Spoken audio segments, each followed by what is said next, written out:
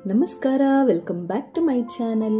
ಈ ವಿಡಿಯೋದಲ್ಲಿ ಲಕ್ಷ್ಮೀ ದೇವಿಯ ಸ್ವರೂಪ ಮಾಲೆಯನ್ನು ತಿಳಿದುಕೊಳ್ಳೋಣ. ನಮಸ್ತೇಸ್ತು ಮಹಾಮಾಯೆ ಶ್ರೀಪೀಠೆ ಸುರಪೂಜಿತೆ ಶಂಖ ಚಕ್ರ ಗದಾ ಹಸ್ತೆ ಮಹಾಲಕ್ಷ್ಮಿ ನಮೋಸ್ತುತೆ. ಲಕ್ಷ್ಮಿಯು ಸಂಪತ್ತಿನ, ಐಶ್ವರ್ಯದ ಹಾಗೂ ಅದೃಷ್ಟದ ಭಾಗ್ಯದೇವತೆ. ಸಾಮಾನ್ಯವಾಗಿ ಲಕ್ಷ್ಮಿಯನ್ನು ಕೈಗಳಲ್ಲಿ ಕಮಲಗಳನ್ನು ಹಿಡಿದು ಕಮಲದ ಮೇಲೆ ನಿಂತಿರುವ ಅಥವಾ ಕುಳಿತಿರುವ ಅನುಪಮ ಸೌಂದರ್ಯವತಿಯಾಗಿ ಚಿತ್ರಿಸುತ್ತಾರೆ.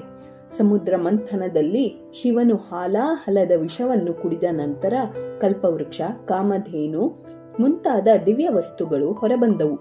ಅನಂತರ ದಿವ್ಯ ರೂಪವನ್ನು ಧರಿಸಿದ್ದ ಕಮಲದ ಮೇಲೆ ನಿಂತು ಕೊರಳಲ್ಲಿ ಕಮಲದ ಮಾಲೆಯನ್ನು ಧರಿಸಿ ಕೈಯಲ್ಲಿ ಕಮಲವನ್ನು ಹಿಡಿದು ನಿಂತ ಶ್ರೀ ಲಕ್ಷ್ಮಿಯು ಕಂಗೊಳಿಸಿದಳು. ದಿಗ್ಗಜಗಳು ಎರಡು ಬದಿಗಳಲ್ಲಿ ನಿಂತು ಪವಿತ್ರ ಗಂಗಾಜಲವನ್ನು ದೇವಿಯ ಮೇಲೆ ಸುರಿಸಿ ಅಭಿಷೇಕ ಮಾಡಿದವು. ಕೆಂಪು ಕಮಲದ ಮೇಲೆ ಕುಳಿತಿರುವ ಲಕ್ಷ್ಮಿಯು ಯಾವ ರೀತಿಯ ಆಯುಧವನ್ನೂ ಹಿಡಿದಿರುವುದಿಲ್ಲ. ಕಮಲದ ಪುಷ್ಪವು ಸೂರ್ಯನಿದ್ದರೆ ಮಾತ್ರ ಅರಳುತ್ತದೆ. ನೀರಿನಲ್ಲಿರುವುದರಿಂದ ಸಣ್ಣ ಗಾಳಿಗೂ ತೂಗಾಡುತ್ತದೆ. ಇದರ ಅರ್ಥವೇನೆಂದರೆ, ಪ್ರೇರಣೆ ಇದ್ದರೆ ಮಾತ್ರ ಹಣಕ್ಕೆ ವೃದ್ಧಿ ಇರುತ್ತದೆ. ಹಣವು ಎಂದೂ ಒಂದು ಸ್ಥಳದಲ್ಲಿ ಸ್ಥಿರವಾಗಿರುವುದಿಲ್ಲ. ದೀಪವು ಲಕ್ಷ್ಮಿಯ ಸ್ವರೂಪವಾಗಿದೆ. ಇದು ಕತ್ತಲೆಯನ್ನು ನೀಗಿಸಿ ಬೆಳಕನ್ನು ನೀಡುತ್ತದೆ. ಪ್ರತಿದಿನ ಮನೆಯ ಮುಂದೆ ಅಥವಾ ತುಳಸಿಯ ಮುಂದೆ ದೀಪ ಬೆಳಗುವುದರಿಂದ ದಾರಿದ್ರ್ಯವು ತೊಲಗಿ ಲಕ್ಷ್ಮಿಯ ಪೂರ್ಣಾನುಗ್ರಹವು ಲಭಿಸುತ್ತದೆ ಎಂದು ಹೇಳಲಾಗುತ್ತದೆ. ಗೂಬೆಯು ಲಕ್ಷ್ಮಿಯ ವಾಹನ. ಸಂಸ್ಕೃತದಲ್ಲಿ ಗೂಬೆಯನ್ನು ಉಲೂಕ ಎಂದು ಕರೆಯುತ್ತಾರೆ. ಇದು ದೇವರಾಜನಾದ ಇಂದ್ರನ ಇನ್ನೊಂದು ಹೆಸರೂ ಹೌದು. ಶ್ರೀ ಸೂಕ್ತದಲ್ಲಿರುವಂತೆ ಲಕ್ಷ್ಮಿಯು ಹಿರಣ್ಯ ಅಂದರೆ ಚಿನ್ನದ ವರ್ಣೆ, ಪದ್ಮಾನನೆ ಅಂದರೆ ತಾವರೆಯಂತಹ ಮುಖ, ಪದ್ಮದಳಾಯತಾಕ್ಷಿ ಅಂದರೆ ತಾವರೆಯ ದಳದಂತಹ ವಿಶಾಲ ಕಣ್ಣುಗಳು, ಪದ್ಮಮಾಲಿನಿ ಅಂದರೆ ತಾವರೆಗಳ ಮಾಲೆಯನ್ನು ಧರಿಸಿರುವವಳು, ಸರೋಜ ಹಸ್ತೆ ಅಂದರೆ ತಾವರೆಯನ್ನು ಕೈಯಲ್ಲಿ ಹಿಡಿದಿರುವವಳು.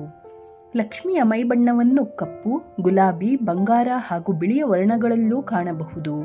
ವಿಷ್ಣುವಿನ ಜೊತೆಗಿರುವ ಅವಳಿಗೆ ಎರಡೇ ಕೈಗಳನ್ನು ತೋರಿಸಿದರೆ ದೇವಾಲಯಗಳಲ್ಲಿ ಅವಳನ್ನು ಪದ್ಮ ಸಿಂಹಾಸನದಲ್ಲಿ ಕುಳಿತು 4 ಕೈಗಳಲ್ಲಿ ಪದ್ಮ, ಶಂಖ, ಅಮೃತ ಕಲಶ ಮತ್ತು ಬಿಲ್ವದ ಹಣ್ಣನ್ನು ಹಿಡಿದಿರುವಂತೆ ತೋರಿಸುವರು. 2 ಕೈಗಳನ್ನು ತೋರಿಸಿದಾಗ ಬಿಲ್ಲು, ಬಾಣ, ಗದೆ, ಚಕ್ರಗಳನ್ನು ಸೇರಿಸುವರು.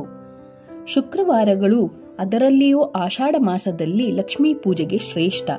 ಶ್ರಾವಣ ಪೌರ್ಣಮಿಯ ಮುಂಚಿನ ಶುಕ್ರವಾರದಂದು ವರಮಹಾಲಕ್ಷ್ಮಿ ವ್ರತದ ಆಚರಣೆಯೂ, ಆಶ್ವಯುಜ ಬಹುಳ ಅಮಾವಾಸ್ಯೆ ಎಂದು ಧನಲಕ್ಷ್ಮಿ ಪೂಜೆಯು ಪ್ರಮುಖವಾದವು. ಆಕೆಯ 8 ರೂಪಗಳನ್ನು ಅಷ್ಟಲಕ್ಷ್ಮಿ ಎಂದು ಕರೆಯುತ್ತಾರೆ. ಪರಾಶಕ್ತಿಯಾಗಿ ಸಕಲೈಶ್ವರ್ಯಗಳನ್ನು ಕರುಣಿಸುವವಳು ಆದಿಲಕ್ಷ್ಮಿ. ಬುದ್ಧಿ ಜ್ಞಾನಗಳೊಂದಿಗೆ ಸಮಸ್ತ ವಿದ್ಯೆಗಳನ್ನು ಅನುಗ್ರಹಿಸುವಳು ವಿದ್ಯಾಲಕ್ಷ್ಮಿ. ಗೋಧನ, ಭೂಧನ ಮುಂತಾದ ಸಂಪತ್ತುಗಳನ್ನು ನೀಡುವವಳು ಧನಲಕ್ಷ್ಮಿ. ಬದುಕಿಗಾಧಾರವಾದ ಅನ್ನವನ್ನು ಕೊಡುವವಳು ಭಾಗ್ಯಲಕ್ಷ್ಮಿ. ಕಾರ್ಯೋನ್ಮುಖದವನಿಗೆ ಧೈರ್ಯ ತುಂಬುವವಳು ಧೈರ್ಯಲಕ್ಷ್ಮಿ. ಉಭಯ ಪಾರ್ಶ್ವಗಳಲ್ಲಿ 2 ಆನೆಗಳಿಂದ ಅಭಿಷೇಕ ಸ್ವೀಕರಿಸುತ್ತಿರುವವಳು ಗಜಲಕ್ಷ್ಮಿ. ಕಾರ್ಯ ಸಾಧನೆಗೆ ವಿಜಯವನ್ನು ತಂದುಕೊಡುವವಳು ವಿಜಯಲಕ್ಷ್ಮಿ. ವಂಶಾಭಿವೃದ್ಧಿ, ಸಂತಾನ ಕರುಣಿಸುವವಳು ಸಂತಾನಲಕ್ಷ್ಮಿ. ಲಕ್ಷ್ಮೀ ದೇವಿಯ ಸ್ವರೂಪ ಮಾಲೆ. ಕಮಲಗಳು. ಕಮಲವು ಕೆಸರಿನಿಂದ ಹುಟ್ಟುತ್ತದೆ.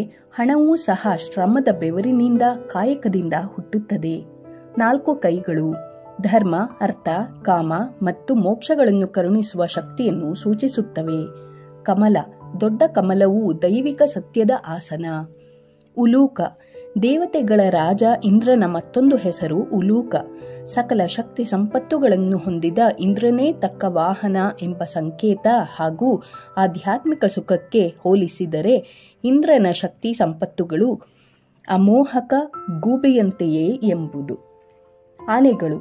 ಆನೆಗಳು ದೇವಿಗೆ ಜಲಾಭಿಷೇಕವನ್ನು ಮಾಡುತ್ತಿರುವ ಸಂಕೇತ. ಅಮೃತ ಕಲಶ. ಸೃಷ್ಟಿಯ 3 ಹಂತಗಳಾದ ಸ್ಥೂಲ, ಸೂಕ್ಷ್ಮ ಕಾರಣಗಳನ್ನು ಬಿಂಬಿಸುತ್ತದೆ. ಬಂಗಾರದ ನಾಣ್ಯಗಳು. ನಾಣ್ಯಗಳ ಸುರಿಮಳೆಯು ಎಲ್ಲಾ ದಿಕ್ಕುಗಳಲ್ಲಿ ಸಂಪೂರ್ಣ ಸಮೃದ್ಧಿಯನ್ನು ಪ್ರತಿನಿಧಿಸುತ್ತದೆ. ಕೆಂಪು ವಸ್ತ್ರ. ಸಮೃದ್ಧಿ ಹಾಗೂ ಚಟುವಟಿಕೆಯನ್ನು ಪ್ರತಿಬಿಂಬಿಸುತ್ತವೆ. ಈ ವಿಡಿಯೋ ನಿಮಗೆ ಇಷ್ಟವಾಗಿದ್ದಲ್ಲಿ ಲೈಕ್, ಶೇರ್, ಕಮೆಂಟ್ ಹಾಗೂ ಸಬ್ಸ್ಕ್ರೈಬ್ ಮಾಡುವುದನ್ನು ಮರೆಯಬೇಡಿ. ಧನ್ಯವಾದಗಳು.